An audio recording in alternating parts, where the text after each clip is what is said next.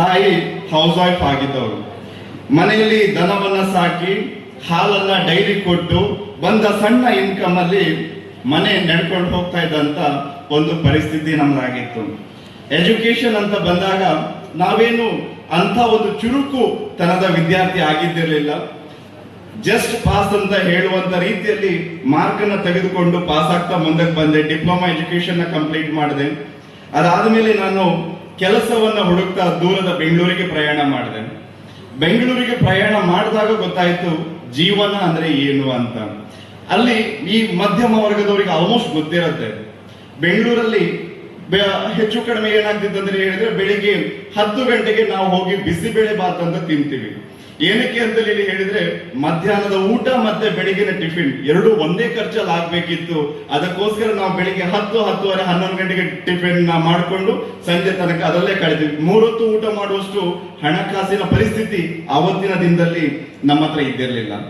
ಅದಾದ್ಮೇಲೆ ಬಂಡಸ್ಕಸ್ ಕಾಲೇಜಿನ ಒಬ್ರು ಲೆಕ್ಚರ್ ಕಾಲ್ ಮಾಡಿದ್ರು, ಮ್ಯಾಂಗ್ಳೂರಲ್ಲಿ ಉದ್ಯೋಗ ಮೇಳ ಆಗ್ತಾ ಇದೆ, ಹೋಗಿ ಅಟೆಂಡ್ ಮಾಡಿ ಅಂತ ಅಂದ್ರು. ಹೋಗಿ ಅಟೆಂಡ್ ಮಾಡಿದೆ. ಕಾಂಚನ್ ಹುಂಡೆಯಲ್ಲಿ ಸರ್ವಿಸ್ ಅಡ್ವೈಸರ್ ಆದಂತ ಒಂದು ಜಾಬ್ 2009ರಲ್ಲಿ ನನಗೆ ಸಿಕ್ತು. ಅಲ್ಲಿಂದ ಮ್ಯಾಂಗ್ಳೂರಲ್ಲಿ ಜಾಬ್ ನ ಕಂಟಿನ್ಯೂ ಮಾಡಿದೆ. ಅದಾದ್ಮೇಲೆ ಮತ್ತೆ ಪುನಃ ಬೆಂಗಳೂರಲ್ಲಿ ಅವಸರ ಟೆಕ್ನಾಲಜೀಸ್ ಅಲ್ಲಿ ಅಪ್ಲಿಕೇಶನ್ ಎಂಜಿನಿಯರ್ ಆಗಿ ನನ್ನ ಕನಸನ್ನ ಮುಂದುವರಿಸ್ಕೊಂಡು ಹೋದೆ. ಅವಾಗಲೇ ಒಂದು ತುಡಿತ ಕಾಡ್ತಾ ಇತ್ತು, ಜೀವನದಲ್ಲಿ ಏನಾದ್ರೂ ಮಾಡಬೇಕು, ಅದಕ್ಕೊಂದು ಅವಕಾಶಗಳಿಗೆ ಹುಡುಕ್ತಾ ಹೋಗ್ತಾ ಇದೆ. ಆ ಒಂದು ಅವಕಾಶ ಅನ್ನುವಂಥದ್ದು 2012ರಲ್ಲಿ ನನಗೆ ಒದಗಿ ಬಂತು. ಒಂದು ಚಿಕ್ಕ ಗೇರು ಬೀಜ ಇಂಡಸ್ಟ್ರಿಯಲ್, ಅಂದ್ರೆ ಅವಾಗ ನಮ್ಗೆ ಕ್ಲಾರಿಟಿ ಇರಲಿಲ್ಲ ಗೇರು ಬೀಜ ವ್ಯವಸ್ಥೆ ಅಂದ್ರೆ ಏನಂತ ನನಗೆ ಗೊತ್ತಿದೆ. ಇರೋ ಒಂದು ಹಂತದಲ್ಲಿ ನಾನು ಗೇರು ಬೀಜ ಇಂಡಸ್ಟ್ರಿಯನ್ನ ಆರಂಭ ಮಾಡಿದ್ವಿ. ಒಂದು ಇಂಡಸ್ಟ್ರಿ ಆರಂಭ ಮಾಡಬೇಕು ಅಂದಾಗ ಕ್ಯಾಪಿಟಲ್ ಬೇಕು, ಹಣಕಾಸು ಅನ್ನುವಂಥದ್ದು ಮೊದಲಿಂದನೂ ಎಷ್ಟು ಬೇಕು ಅಷ್ಟು ತಕ್ಕ ಮಟ್ಟಿಗೆ ಇದ್ದಂತ ಒಂದು ಕುಟುಂಬ ನಮ್ದು. ಅವಾಗ ಹಾಲಾಡಿ ಶ್ರೀನಿವಾಸ್ ಶೆಟ್ಟಿ ಅವರು ಕರೆದು 2 ಲಕ್ಷ ರೂಪಾಯಿಯನ್ನ ನನ್ನ ಕೈ ಕೊಟ್ಟರು. ಅದೇ ನನ್ನ ಮೂಲ ಬಂಡವಾಳ ಆಗಿತ್ತು. ಅಲ್ಲಿಂದ ಆರಂಭ ಆದಂಥದ್ದು ನನ್ನ ಜರ್ನಿ. ಕ್ರಮೇಣವಾಗಿ ಹಂತವಾಗಿ ನಾವು ಬೆಳೀತಾ ಬಂದ್ವಿ. ಆ ಟೈಮಲ್ಲಿ ನನ್ನ ಹತ್ರ ಇದ್ದಂಥದ್ದು ಕೇವಲ 3 ಅಸೆಟ್. ಏನ್ ಕೇಳಿದ್ರೆ, ಒಂದು ಕನಸಿತ್ತು ನನ್ನ ಹತ್ರ. ಅದಾದ್ಮೇಲೆ ನನ್ನ ಹತ್ರ ಇದ್ದಂಥದ್ದು ಕಾನ್ಫಿಡೆನ್ಸ್, ಹಾರ್ಡ್ ವರ್ಕ್ ಮಾಡ್ತೇನೆ ಅನ್ನುವಂತ ಒಂದು ಛಲ. 2012ರಲ್ಲಿ ಆರಂಭ ಮಾಡಿದಾಗ ನನ್ನ ಕೈ ಹಿಡಿದು ಮುನ್ನಡೆಸಿದವರು ಶ್ರೀಯುತ ಶಶಿಧರ್ ಶೆಟ್ಟರು, ನಾಗರಾಜ್ ಶೆಟ್ಟಿ ಅವರು, ಮತ್ತೆ ನಮ್ಮ ಫೇವರೇಟ್ ಕ್ಯಾಶ್ಯೂಸಿನ ಶಂಕರ್ ಹೆಗ್ಡೆ ಅವರು. ಇವರು 3 ಜನರ ಮಾರ್ಗದರ್ಶನ ಇಟ್ಕೊಂಡು ನಾನು ಆರಂಭ ಮಾಡಿದೆ. ಆರಂಭ ಮಾಡಿದ ಹಂತದಲ್ಲಿ ನಾನೊಬ್ಬ ಯಾಕೆ ಎಕ್ಸ್ಪೋರ್ಟರ್ ಆಗಬಾರ್ದು ಅನ್ನುವಂತ ಒಂದು ಕಲ್ಪನೆ ಇಟ್ಕೊಂಡು 2012ರಲ್ಲಿ ವರ್ಕ್ ಸ್ಟಾರ್ಟ್ ಮಾಡಿದ್ವಿ. ಬಹಳಷ್ಟು ಅಪ್ ಅಂಡ್ ಡೌನ್ ಗಳನ್ನ ನಾವು ಫೇಸ್ ಮಾಡಿದ್ವಿ.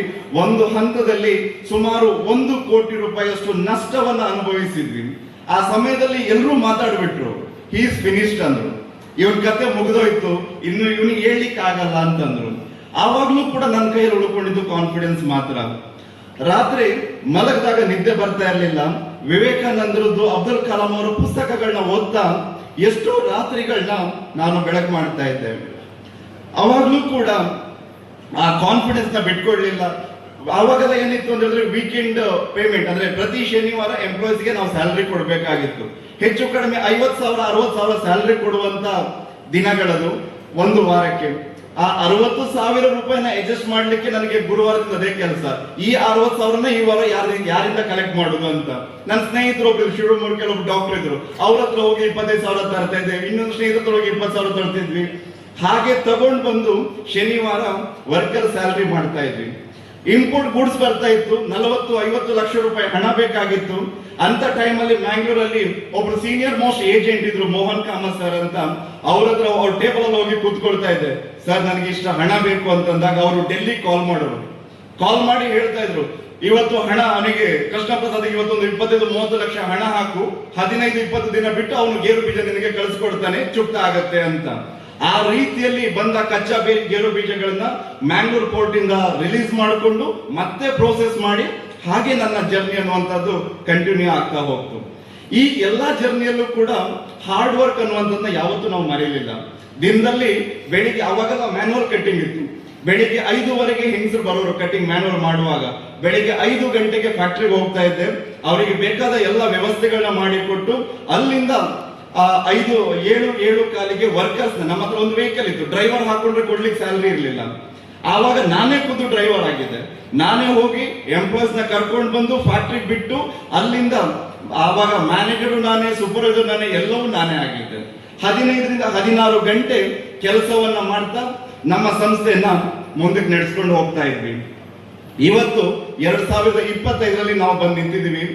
ಇವತ್ತು ಅದೇ ಕೃಷ್ಣ ಪ್ರಸಾದ್ ಅನ್ನುವಂಥದ್ದು 12ರಲ್ಲಿ 10 ಜನರಿಂದ ಆರಂಭ ಆದಂತ ಸಂಸ್ಥೆ ಇವತ್ತು 3,500 ಜನರಿಗೆ ಉದ್ಯೋಗವನ್ನು ನಾವು ನೀಡಿದ್ದೀವಿ.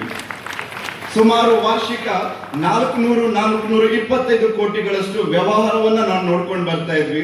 ಒಂದು ಕಾಲದಲ್ಲಿ 50,000ಕ್ಕೆ ನಾವು ಕಷ್ಟಪಡ್ತಾ ಇದ್ದವರು ಕಳೆದ ವರ್ಷ ಸರಿ ಸುಮಾರು 15 ಕೋಟಿ ರೂಪಾಯಿಗಳಷ್ಟು ಈ ದೇಶದ ತೆರಿಗೆ ಕಟ್ಟುವ ಮಟ್ಟಕ್ಕೆ ನಮ್ಮ ಸಂಸ್ಥೆ ಇವತ್ತು ಬಂದು ನಿಂತಿದೆ ಅಂತ ಹೇಳಿದ್ರೆ ಅದಕ್ಕೆ ಕಾರಣ ನನ್ನ ಸಂಸ್ಥೆಯಲ್ಲಿ ಕೆಲಸ ಮಾಡಿರುವಂತ ಎಲ್ಲ ನನ್ನ ಎಂಪ್ಲಾಯೀಸ್ಗಳು. ವಿಷನ್ ಅನ್ನುವಂಥದ್ದೇ ಹಾಗೆ. ಒಂದು ಹಂತವನ್ನು ನೀವು ರೀಚ್ ಆದ್ಮೇಲೆ ಅದಾದ್ಮೇಲೆ ನೀವು ಹೋರಾಟ ಮಾಡುವಂಥದ್ದು ಹಣಕ್ಕಾಗಿ ಅಲ್ಲ, ಅದ್ರ ಆಚೆಗಿರುವಂತ ಒಂದು ತುಡಿತಕ್ಕಾಗಿ.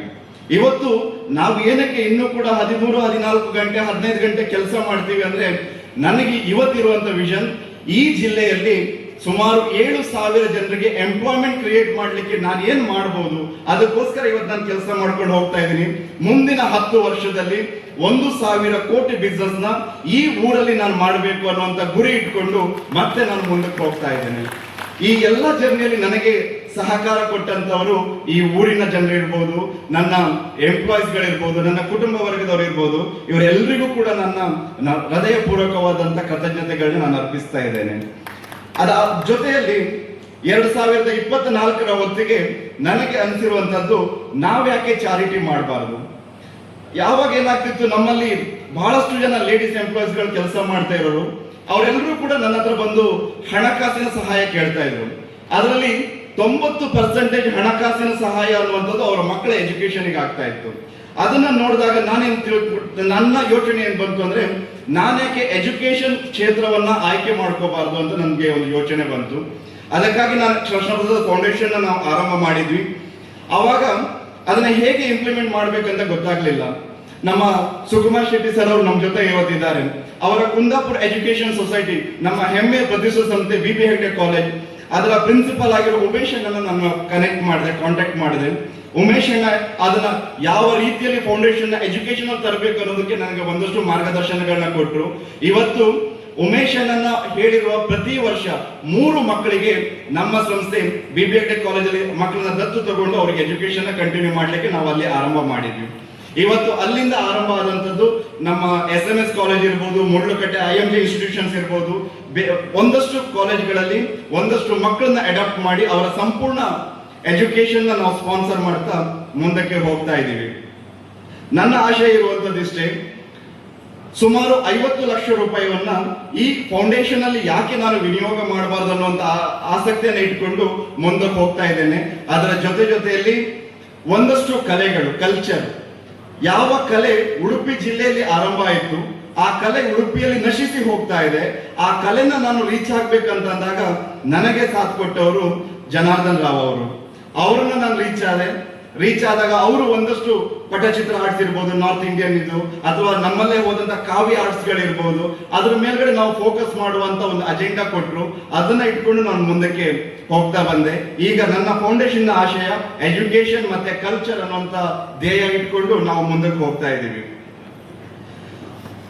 ಒಂದು ವಿಚಾರ ಇಲ್ಲಿ ಹೇಳಬೇಕು ಅಂದ್ರೆ, ಸಾವು ಅನ್ನುವಂಥದ್ದು ಯಾರನ್ನೂ ಕೂಡ ಬಿಡದೆ ಇರುವಂತ ಒಂದು ವಿಚಾರ. ಬಟ್ ಸಾವು ಬರುವ ಮೊದಲು ಈ ಜೀವನದಲ್ಲಿ ನಾವು ಹೇಗೆ ಬದುಕಬೇಕು ಅಂತೇಳಿ ಹೇಳುವಂಥದ್ದು ಪ್ರತಿಯೊಬ್ಬರ ಕೈಯಲ್ಲಿರುವಂಥದ್ದು, ಅದು ನಮ್ಮ ಆಯ್ಕೆ ಆಗಿರುತ್ತೆ. ಯಾವಾಗಲೂ ಸಾವು ಅನ್ನುವಂಥದ್ದು ಹಬ್ಬವಾಗಿ ಬಂದ್ರೆ, ಅಥವಾ ಆ ಸಾವು ಬಂದಾಗ ನಾವು ಅದನ್ನ ಅಕ್ಸೆಪ್ಟ್ ಅದನ್ನ ತೃಪ್ತಿಯಿಂದ ಒಪ್ಕೊಳ್ಳುವಂತ ಒಂದು ಹಂತಕ್ಕೆ ನಾವು ಬೆಳೆದು ಅದನ್ನ ಒಪ್ಕೊಳ್ಳುವಂತ ಒಂದು ಜೀವನ ನಮ್ದಾಗಬೇಕು ಅನ್ನುವಂತ ವಿಚಾರ ಇಟ್ಕೊಂಡು ಮುಂದಿನ ದಿನದಲ್ಲಿ ಒಂದು 1000 ಕುಟುಂಬಗಳಿಗೆ ನನ್ನಿಂದ ಒಳ್ಳೇದಾಗಬೇಕು, ಅವರ ಮನೆ ಬೆಳಕಾಗಬೇಕು ಅನ್ನುವಂತ ಆಶಯ ಇಟ್ಕೊಂಡು ಸಂಸ್ಥೆಯನ್ನ ನಡೆಸ್ಕೊಂಡು ಹೋಗ್ತಾ ಇದ್ದೇನೆ. ಜೊತೆಗೆ ಅದರ ಫೌಂಡೇಶನ್ ಕೂಡ ನಾನು ನಡೆಸ್ಕೊಂಡು ಹೋಗ್ತಾ ಇದ್ದೇನೆ. ಇನ್ನೂ ಕೂಡ ಬಹಳಷ್ಟು ಜನರಿಗೆ ಉದ್ಯೋಗಾವಕಾಶಗಳನ್ನ ಈ ಜಿಲ್ಲೆಯಲ್ಲಿ ಕಲ್ಪಿಸಿ ಕೊಡಬೇಕು ಅನ್ನುವಂತ ಕನಸನ್ನು ಇಟ್ಕೊಂಡು ನಾವು ಮುಂದೆ ಹೋಗ್ತಾ ಇದ್ದೀವಿ. ನಿಮ್ಮೆಲ್ಲರ ಸಹಕಾರಕ್ಕೆ ನಿಮ್ಮೆಲ್ಲರಿಗೂ ಕೂಡ ಕೃತಜ್ಞತೆಯನ್ನು ಹೇಳ್ತಾ, ವೇದಿಕೆಗೆ ನನ್ನ ಕರೆಗೆ ಹೋಗ್ಬಿಟ್ಟು ಬಂದ ಎಲ್ಲ ಗಣ್ಯರಿಗೂ ಕೂಡ ನನ್ನ ಕೃತಜ್ಞತೆಯನ್ನು ಹೇಳ್ತಾ ನನ್ನ ಮಾತಿಗೆ ಪೂರ್ಣ ವಿರಾಮ ಇಡ್ತೇನೆ. Thank you. ಇನ್ನು ನಮ್ಮ ಇಬ್ಬರು ಸೋದರಿಯರಿಗೆ ಈ ಮಿಸ್ ಚಿತ್ರ ಇವರನ್ನ ವೇದಿಕೆ ಮೇಲ್ಭಾಗಕ್ಕೆ ಬರಮಾಡಿಕೊಟ್ಟ ವೇದಿಕೆ ಮೇಲ್ಭಾಗದಲ್ಲಿರುವಂತಹ ವೇದಮೂರ್ತಿ ಆಗಮ ಪಂಡಿತರಾಗಿರುವ ಸುಧೀರ್ ಅಡಿಗಾರ್ ಅವರು ಚಪ್ಪಾಳೆಯ ಜೊತೆ ನಮ್ಮ ಅಭಿವಂದನೆ. ಸಂಪತ್ ಶೆಟ್ಟರಿಗೆ ದೈವಾನುಗ್ರಹ ಇದೆ, ಸಂಪೂರ್ಣವಾದ ದೈವಾನುಗ್ರಹ. ನಾನು ಮಾಡ್ತೇನೆ ಪರಿಶ್ರಮ ಅದೆಲ್ಲ ಶೂನ್ಯ. ಪರಮಾತ್ಮನ ಪೂರ್ಣಾನುಗ್ರಹ ಇದ್ದರೆ ಮಾತ್ರ ಏನಾದರೂ ಯಶಸ್ಸು ಮಾಡಿ. ಅದು ಸಂಪತ್ ಶೆಟ್ಟರಿಗೆ ದೇವರು ಕೈ ಹಿಡಿದು ಮೇಲೆನಿಸಿದ್ದಾರೆ. ಯಾಕಂದರೆ ಇತ್ತೀಚಿನ ದಿನಗಳಲ್ಲಿ ಯಾವ ಉದ್ಯೋಗವನ್ನು ಮಾಡ್ಬೋದು ಶಂಕರಣ್ಣ, ಯಾವ ಉದ್ಯೋಗ ಬೇಕಾದರೂ ಮಾಡ್ಬೋದು. ಕ್ಯಾಶು ಉದ್ಯೋಗ ಭಾಳ ಕಷ್ಟ ಸಾಧ್ಯವಾಗಿದೆ. ಈ ಏರಿಳಿತಗಳಲ್ಲಿ ಕ್ಯಾಶುವಲ್ಲಿ ಸಕ್ಸಸ್ ಆಗಬೇಕಾದ್ರೆ ಪರಮಾತ್ಮನ ಪೂರ್ಣಾನುಗ್ರಹವೇ ಪ್ರಾಪ್ತರಾಗಬೇಕು. ಅದಕ್ಕೆ ಪಾತ್ರರಾದವರು ಕ್ಯಾಶು ಇಂಡಸ್ಟ್ರೀಸಿನ ಎಲ್ಲ ಮಾಲೀಕ ಕೃಷ್ಣ ಪ್ರಸಾದ್ ಸಂಪತ್ ಅವರಿಗೆ ಬಹುಮುಖವಾದಂಥ ಆಲೋಚನೆ ಇದೆ. ನಾನು ಸಮಾಜದಲ್ಲಿ ಹುಟ್ಟಿ ಸಮಾಜದ ಜನರಿಗೆ ನನ್ನಿಂದ ಏನಾಗಬೇಕು ಎನ್ನುವ ಮತ್ತೊಂದು ಆಲೋಚನೆ ಇದೆ. ಬೇರೆ ಯಾವುದೇ ಮಾಡಿದರೂ ಇಷ್ಟು ಜನರಿಗೆ ಉದ್ಯೋಗ ಕೊಡಲಿಕ್ಕೆ ಅವಕಾಶ ಇಲ್ಲ. ಈ ಕ್ಯಾಶುವಲ್ಲಿ ಭಾಳಷ್ಟು ಜನರಿಗೆ ಸಮಾಜದ ಕಟ್ಟ ಕಡೆಯ ಜನರನ್ನು ಉನ್ನತೀಕರಣಗೊಳಿಸುವ ಮಹತ್ವದ ಸಾಧನೆ ಈ ಕ್ಯಾಶ್ಯೂ ಫ್ಯಾಕ್ಟ್ರಿಯಿಂದ ಆಗುತ್ತೆ. ಅದೆಷ್ಟೋ ಜನರ ಕುಟುಂಬ ಮೇಲೆ ಬರುತ್ತೆ. ಅಂಥ ಒಂದು ಸಮರ್ಥವಾದಂಥ ವ್ಯವಸ್ಥೆಯನ್ನು ಸಮಾಜಕ್ಕೆ ಕೊಡ್ತಾ ಇದ್ದಾರೆ. ನಿಜವಾಗಿ ಇದು ಏಷ್ಯಾದಲ್ಲಿ ದೊಡ್ಡ ಯೂನಿಟ್ ಆಗಿದೆ. ಹಾಗೆ ಬ್ರಹ್ಮಾವರದಲ್ಲಿ ಯೂನಿಟ್ ಇದೆ, ವಂಡಾರಲ್ಲಿದೆ. ಇವರೆಲ್ಲ ಯೂನಿಟು ಯಶಸ್ಸಾಗಬೇಕಾದ್ರೆ ಪರಿಶ್ರಮ ಭಾಳ ಹೆಚ್ಚಿದೆ. ಇವರ ಕೆಲಸಗಾರರ ಪ್ರೀತಿ, ಆ ಕೆಲಸಗಾರರು ಇವರ ಮೇಲಿಟ್ಟ ಪ್ರೀತಿ, ಇದೆಲ್ಲ ಸಂಸ್ಥೆಯ ಇದಕ್ಕೆ ನಾಂದಿಯಾಗಿದೆ. ಹಾಗೆ ಈಗಾಗಲೇ ಶಶಿಧರ್ ಶೆಟ್ಟರು, ಶಂಕರ್ ಶೆಟ್ಟರು ಬಗ್ಗೆ ಹೇಳಿದರು. ಪ್ರತಿಯೊಬ್ಬರಿಗೂ ಒಂದು ಗುರು ಬೇಕು.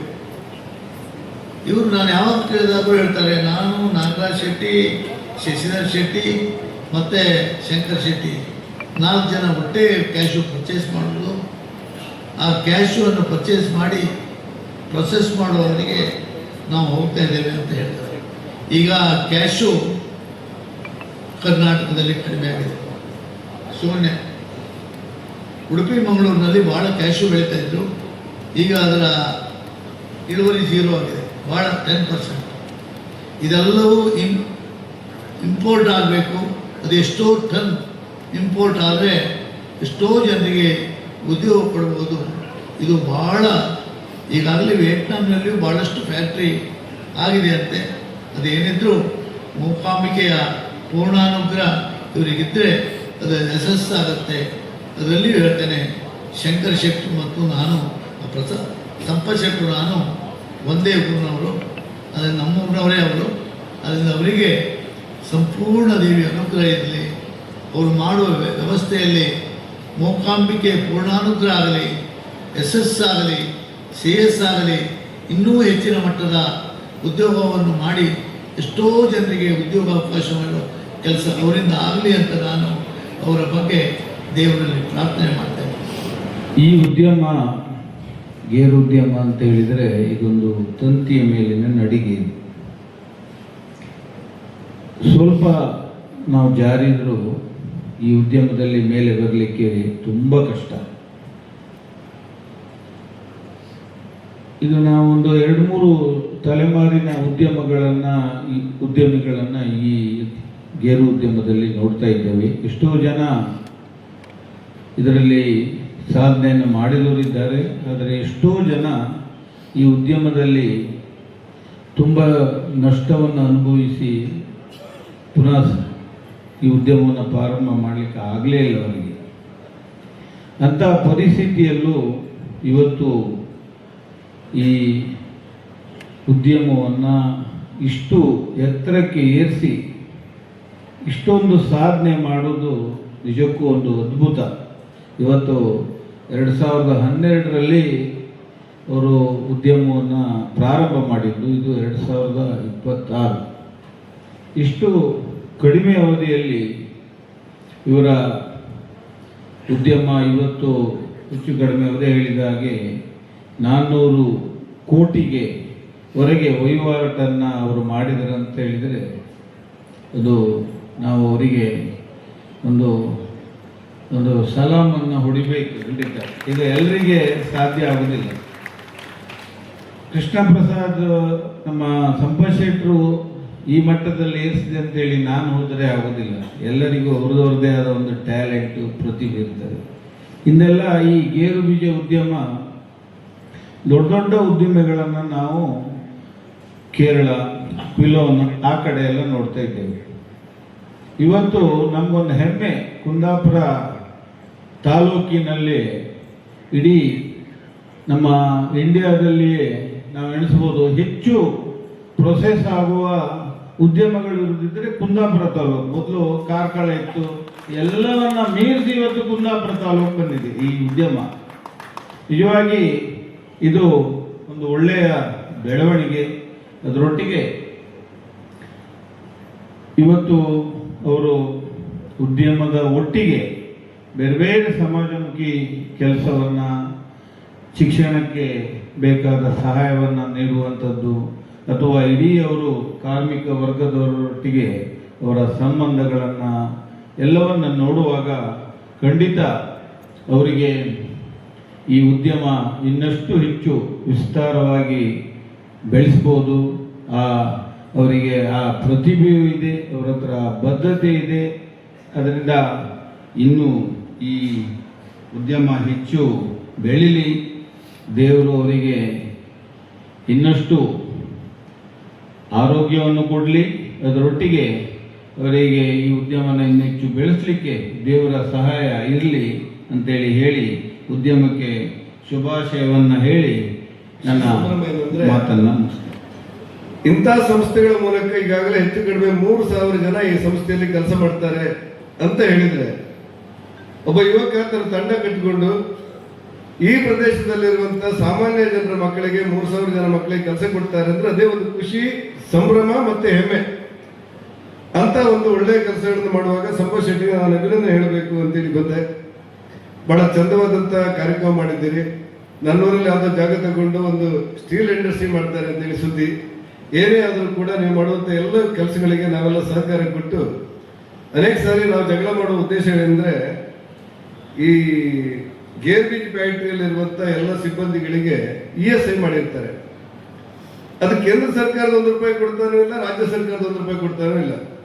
ಈ ಸಿಬ್ಬಂದಿಗಳು ಕೆಲಸಗಾರ 25% ಕೊಡ್ತಾರೆ, 75% ಈ ಸಂಸ್ಥೆಯವರು ಕೊಡ್ತಾರೆ. ಹೆಚ್ಚು ಕಡಿಮೆ 20-25 ಲಕ್ಷ ರೂಪಾಯಿ ಹೆಲ್ತ್ ಇನ್ಶೂರೆನ್ಸ್ ಇದೆ ಅದಕ್ಕೆ ESIಗೆ. ನಾನು ರಾಜ್ಯ ಸರ್ಕಾರದ ಜೊತೆ ದಿವಸ ಜಗಳ ಮಾಡೋನು, ಮುಖ್ಯಮಂತ್ರಿಗಳ ಜೊತೆ ದಿವಸ ಜಗಳ ಮಾಡೋದು ಏನಂದ್ರೆ, ಅದನ್ನ ಪರ್ಮಿಷನ್ ಕೊಟ್ಟು ಸಾಕು, ಅವರ ಇಡೀ ಕುಟುಂಬಕ್ಕೆ ನೆಮ್ಮದಿ ಆಗುತ್ತೆ.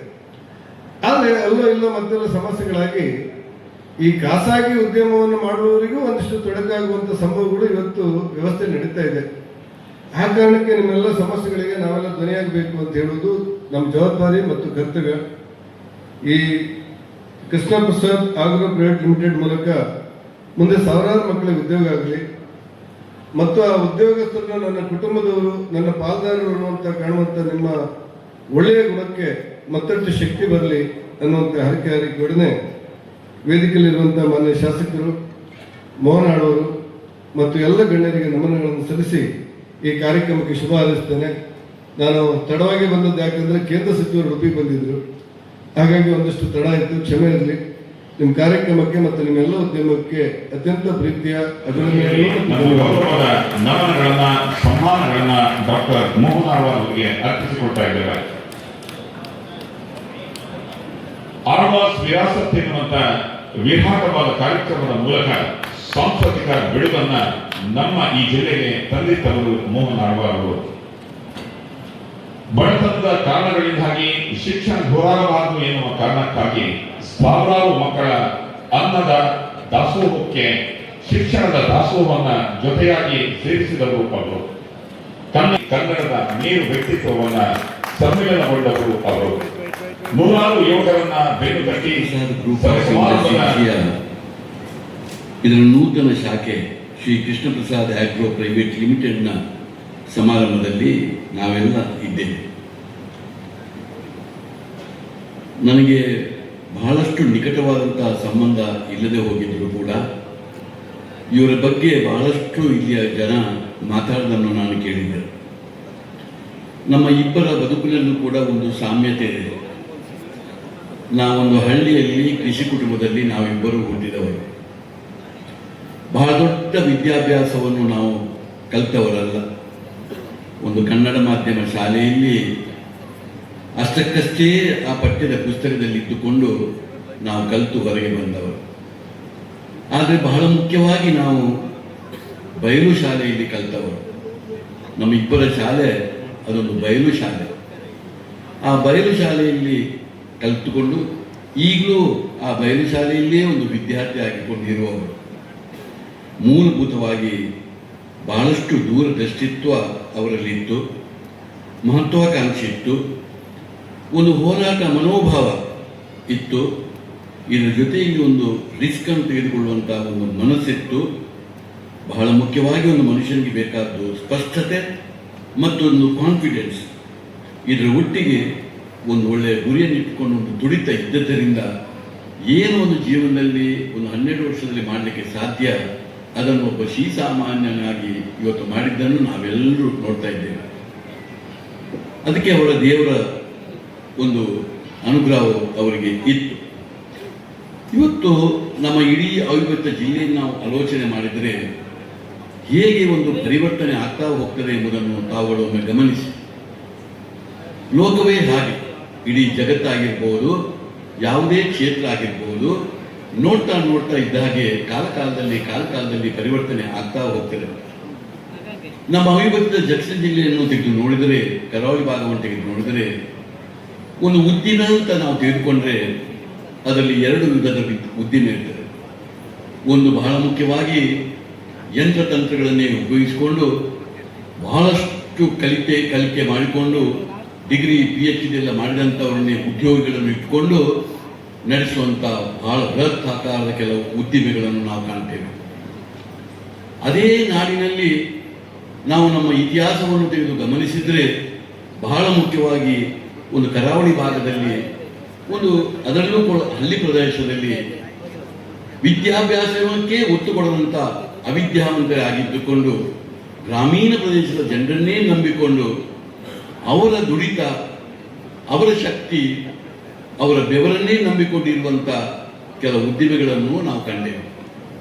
ಅದರಲ್ಲಿ ಬಹಳ ಮುಖ್ಯವಾಗಿ ಈ ಕರಾವಳಿ ಭಾಗದಲ್ಲಿ ಇದ್ದದ್ದು ಒಂದು ಹಂಚಿನ ಕಾರ್ಖಾನೆಗಳು. ಒಂದು ಸಮಯದಲ್ಲಿ ಹಂಚಿನ ಕಾರ್ಖಾನೆ ಎಂಥ ಆಂದೋಲನ ನಮ್ಮ ಅವಿಭಕ್ತ ಜಿಲ್ಲೆಯಲ್ಲಿ, ಅದು ನಮ್ಮ ಮಂಗಳೂರಿನಿಂದ ಇಲ್ಲಿ ಕುಂದಾಪುರ ಕಳೆದು ಹೋಗುವವರೆಗೆ ಏನು ಕ್ರಾಂತಿ ಮಾಡಿ ಹೋಯಿತು, ಎಷ್ಟು ಜನರು ಅದರಲ್ಲಿ ದುಡಿದರು, ಎಲ್ಲೆಲ್ಲಿಗೆ ಅದು ರಫ್ತಾಯಿತು, ಏನಾಯಿತು ಎಂಬ ಸಂಗತಿ ನಿಮಗೆ ಗೊತ್ತು. ಈಗ ಅದು ಸ್ವಲ್ಪ ಅಪ್ರಸ್ತುತವಾಗಿ ಕೆಲವೇ ಕಾರ್ಖಾನೆಗಳು ಉಸಿರಾಡೋದನ್ನು ನಾವು ಕಂಡಿದ್ದೇವೆ. ಇನ್ನು 2ನೇ ಉದ್ದಿಮೆಯಾಗಿ ಬಂದದ್ದು ಬೀಡಿ ಉದ್ಯಮ.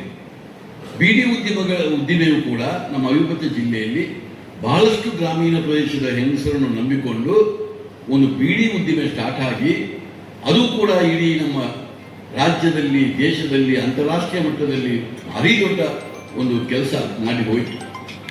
ಅದು ಕೂಡ ಬಹಳಷ್ಟು ಕಷ್ಟಪಡೋದನ್ನು ಕಂಡಿದ್ದೇವೆ.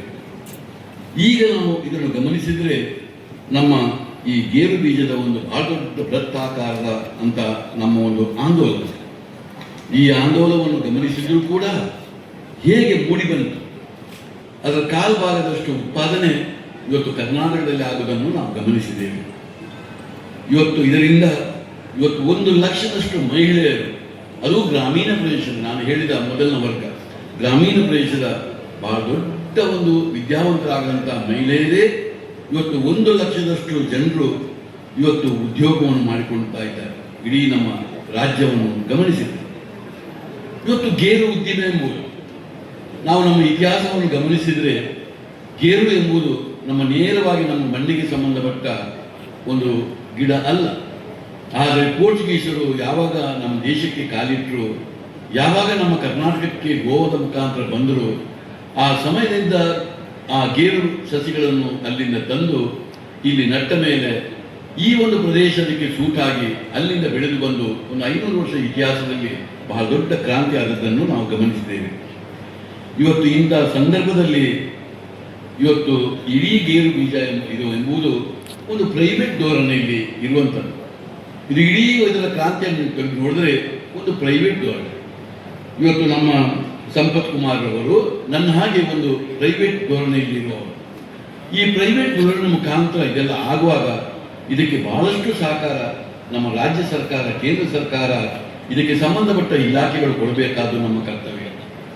ಹೇಗೆ ಸಂಪತ್ ಕುಮಾರ್ಗೆ ಒಂದು ದೂರದೃಷ್ಟಿತ್ವ ಉಂಟ, ಅದೇ ರೀತಿ ಇದಕ್ಕೆ ಸಂಬಂಧಪಟ್ಟಂತ ರಾಜ್ಯ ಸರ್ಕಾರ, ಕೇಂದ್ರ ಸರ್ಕಾರ, ಕೃಷಿ ಇಲಾಖೆಗೆ ಅಥವಾ ಇದರ ನಿಗಮಗಳಿಗೆ ಸಹ ಕೂಡ ಅಷ್ಟೇ ದೂರದೃಷ್ಟಿತ್ವ ಬೇಕು ಎಂಬುದನ್ನು ನಾನು ಹೇಳ್ತೇನೆ.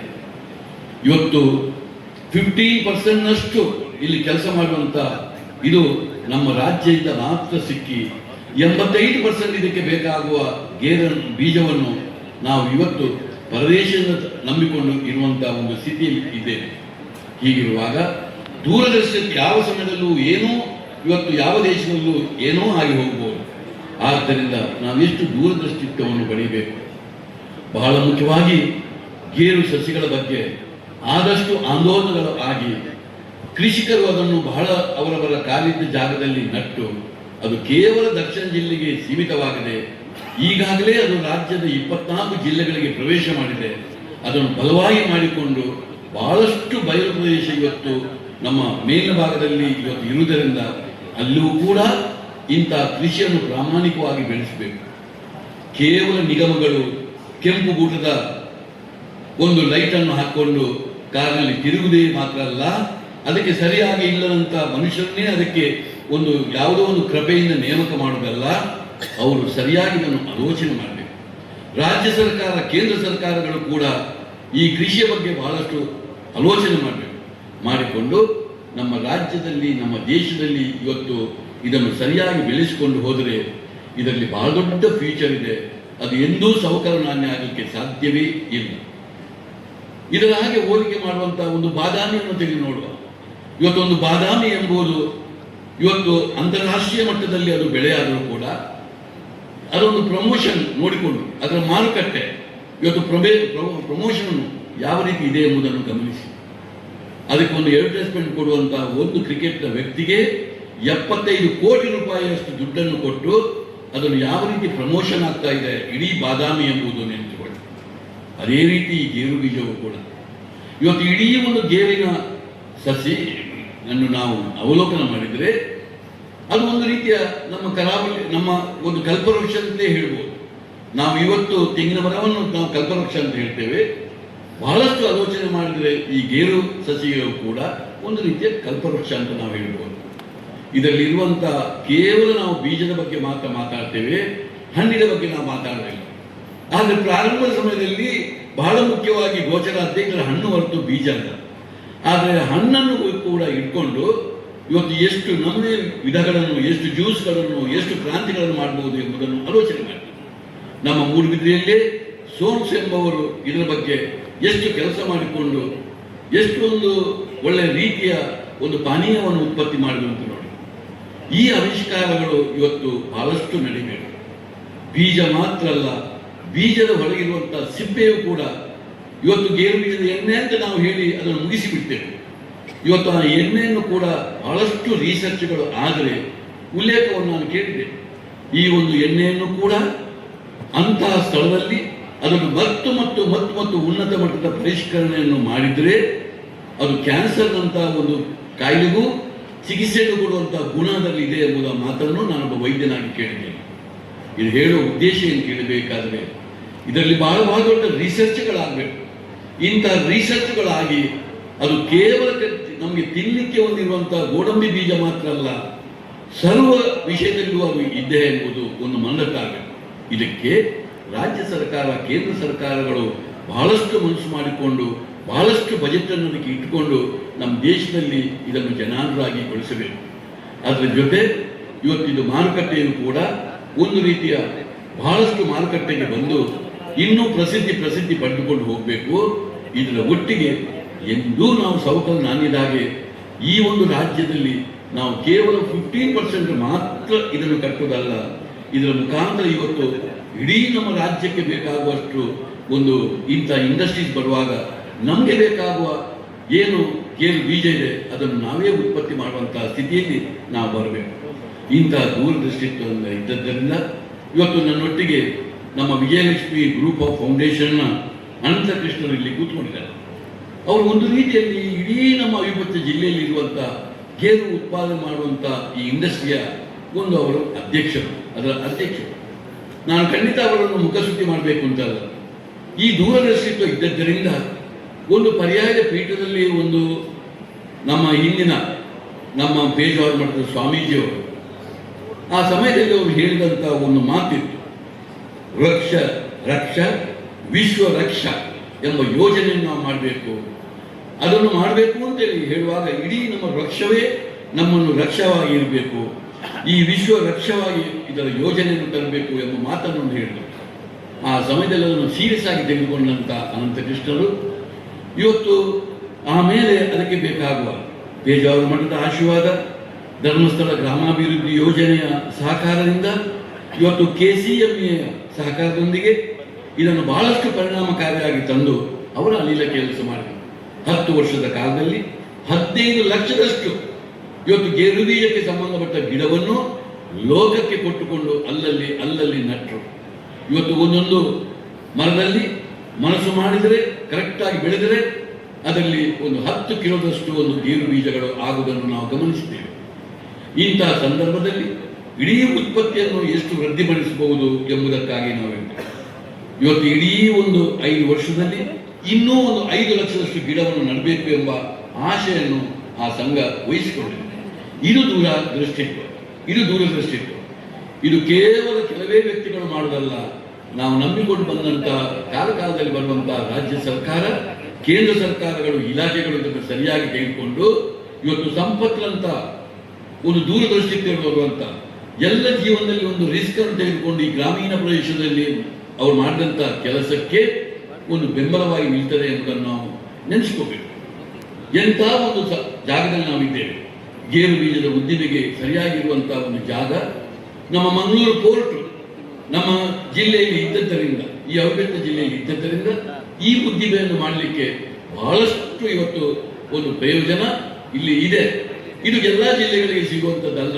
ನಮ್ಮ ಜಿಲ್ಲೆಗೆ ನಮ್ಮ ಹಿರಿಯರು ಮಾಡಿರ್ತಂಥ ಆ ಒಂದು ಪೋರ್ಟ್ ಇದ್ದದ್ದರಿಂದ ಈ ಉದ್ದಿಮೆಗೆ ಬೇಕಾದಷ್ಟು ನಮಗೆ ಕೆಲಸ ಮಾಡಲಿಕ್ಕೆ ಸಾಧ್ಯ. ಈ ಎಲ್ಲ ದೃಷ್ಟಿಯಿಂದ ಇವತ್ತು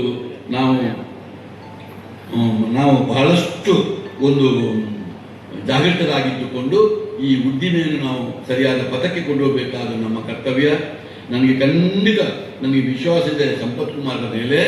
ಅವರೊಬ್ಬರು ಹೋರಾಟಗಾರ, ಹುಟ್ಟು ಹೋರಾಟಗಾರ. ಅವರು ಅಷ್ಟು ಸುಲಭದಲ್ಲಿ ಯಾವುದೇ ಒಂದು ಸೋಲನ್ನು ಒಪ್ಪಿಕೊಳ್ಳುವವರು ಅಲ್ಲ. ಅವರಲ್ಲಿ ದೂರದೃಷ್ಟಿತ್ವವಿದೆ, ಮಹತ್ವಾಕಾಂಕ್ಷೆ ಇದೆ, ಅವರಲ್ಲಿ ಒಂದು ರಿಸ್ಕ್ ತೆಗೆದುಕೊಳ್ಳುವಂತಹ ಒಂದು ಮನಸ್ಸಿದೆ, ಒಳ್ಳೆಯ ತುಡಿತ ಇದೆ, ಸ್ಪಷ್ಟತೆ ಇದೆ, ಕಾನ್ಫಿಡೆನ್ಸ್ ಇದೆ. ಅವರು ಮಾಡುವ ಕೆಲಸಕ್ಕೆ ದೇವರ ಅನುಗ್ರಹ ಇರಲಿ, ಗುರು ಹಿರಿಯರ ಆಶೀರ್ವಾದ ಇರಲಿ. ಬಹಳ ಒಳ್ಳೆಯ ಮಡದಿ ಅವರ ಜೊತೆಯಲ್ಲಿದ್ದಾರೆ. ಅವರ ಎಲ್ಲ ಹಿಂದೆ ನಿಂತುಕೊಂಡು ಅವರು ಮಾಡುವ ಕೆಲಸವನ್ನು ನಾನು ಗಮನಿಸಿದ್ದೇನೆ. ಅವರೊಟ್ಟಿಗೆ ಬಹಳ ಒಳ್ಳೆಯ ಸಹಪಾಠಿಗಳು ಕೂಡ ಇದ್ದಾರೆ. ಎಂಥ ಮನೋಧರ್ಮ ಇದ್ದವರು. ಗಿಳಿಯಾದವರು ಬಹಳ ಸುಂದರವಾಗಿ ಅವರ ಮಾತನ್ನು ಹೇಳಿದರು. ಇವತ್ತು ಸಂಪತ್ತು ಎಂಬುದು ಯಾವುದರಿಂದ ನಾವು ನೋಡಬೇಕು ಎಂಬುದನ್ನು ಇವತ್ತು ಕೇವಲ ದುಡ್ಡಿನ ಮುಖಾಂತರ ಅಲ್ಲ, ಅವರ ಮನಸ್ಥಿತಿ, ಅವರ ಮಾಡುವಂಥ ಕೆಲಸದಿಂದ ನಾವು ಅವರ ಸಂಪತ್ತನ್ನು ಅಳತೆ ಮಾಡಬೇಕು ಅಂತ. ಇವತ್ತು ಕೂಡ ಜೀವನದಲ್ಲಿ ಅವರು ಏರಿದಂಥ ಏಣಿಯ ಸಂಪೂರ್ಣ ನೆನಪನ್ನು ಉಳಿಸಿಕೊಂಡವರು ಸಂಪತ್ ಕುಮಾರರು. ಪ್ರತಿಯೊಂದು ಸ್ಟೆಪ್ ಅವರು ಗೊತ್ತಿದ್ದರಲ್ಲೇ ಅವರು ಶ್ರೀನಿವಾಸ ಶೆಟ್ಟರು ಕೊಟ್ಟ ಮಾಡಿದ 7 ಲಕ್ಷ ರೂಪಾಯಿ ಪ್ರಾರಂಭದ ಸಮಯದಲ್ಲಿ ಇರ್ಬೋದು. ಮೊನ್ನೆಯೂ ನನ್ನಲ್ಲಿ ಬಂದಾಗ ಇದೇ ಮಾತನ್ನು ಅವರು ಹೇಳಿದರು. ನನ್ನ ಪ್ರಾರಂಭದ ಸಮಯದಲ್ಲಿ ನನ್ನ ಬಂಧು ಶ್ರೀನಿವಾಸ ಶೆಟ್ಟರವರು ಒಂದು 2 ಲಕ್ಷ ರೂಪಾಯಿ ಕೊಟ್ಟದ್ದರಿಂದ ನಾನು ಈ ಸಾಧನೆಗೆ ಬರಲಿಕ್ಕೆ ಆಯಿತು. ಅದೇ ರೀತಿ ಇವತ್ತು ಸನ್ಮಾನಗೊಂಡಂತ ಇವತ್ತು 3 ವ್ಯಕ್ತಿಗಳನ್ನು ಅವರು ಗುರುತಿಸಿಕೊಂಡರು. ಅವರ ಗುರುಸ್ಥಾನದಲ್ಲಿ ಇದ್ದಂಥ 3ರನ್ನು ಇವತ್ತು ಗುರುತಿಸಿದರು. ಇದು ಕೂಡ ಅವರು ಮೊನ್ನೆ ಒಂದು ಹೇಳ್ತಾ ಇದ್ದರು, ನನ್ನ ಪ್ರತಿಯೊಂದು ಸ್ಟೆಪ್ನಲ್ಲಿ ಇವರ ಸಹಕಾರ ನನಗೆ ಬಹಳ ಅರ್ಥಪೂರ್ಣವಾಗಿ ಸಿಕ್ಕಿದ್ದರಿಂದ ನಾನು ಈ ರೀತಿ ಮಾಡಲಿಕ್ಕೆ ಸಾಧ್ಯವಾಯಿತು ಎಂಬ ಮಾತನ್ನು ಹೇಳಿದರು. ಅದರ ಜೊತೆ ಅವರೊಟ್ಟಿಗೆ ಕೆಲಸ ಮಾಡುವಂಥ ವ್ಯಕ್ತಿಗಳನ್ನು ಕೂಡ ಬಹಳ ಗಂಭೀರವಾಗಿ ತೆಗೆದುಕೊಂಡು ಅವರನ್ನೂ ಕೂಡ ಇವತ್ತು ಈ ಸಾರ್ವಜನಿಕ ನೆಲೆಯಲ್ಲಿ ಸನ್ಮಾನ ಮಾಡಿಕೊಂಡದ್ದು ನನಗೆ ಬಹಳ ಖುಷಿಯನ್ನು ಕೊಟ್ಟಿದೆ. ಇದು ಅವರ ಮನಸ್ಸನ್ನು ಗೊತ್ತುಪಡಿಸ್ತದೆ. ಇದರ ಒಟ್ಟಿಗೆ ಅವರಿಗೆ ಒಂದು ಸಾಂಸ್ಕೃತಿಕವಾಗಿ ಕಲೆಯ ಮೇಲೆ ಅಪಾರವಾದಂಥ ಗೌರವ ಇದ್ದದ್ದರಲ್ಲೇ ನಮಗೆ ಕೊಡುವಂಥ ಯಾವುದೇ ಇವತ್ತು ಒಂದು ಇದು ಕೊಟ್ಟ ವಸ್ತುಗಳು ಇರ್ಬೋದು, ಅದರಲ್ಲೂ ಒಂದು ಕಲೆಗೆ ವಿಶೇಷವಾದಂಥ ಒಂದು ನಮ್ಮಿಂದ ದೂರವಾಗುವಂಥ ಕಲೆಗೆ ವಿಶೇಷವಾದಂಥ ಗೌರವ ಕೊಡುವುದನ್ನು ನಾನು ನೋಡಿದ್ದೇನೆ. ನಾನು ದೇವರು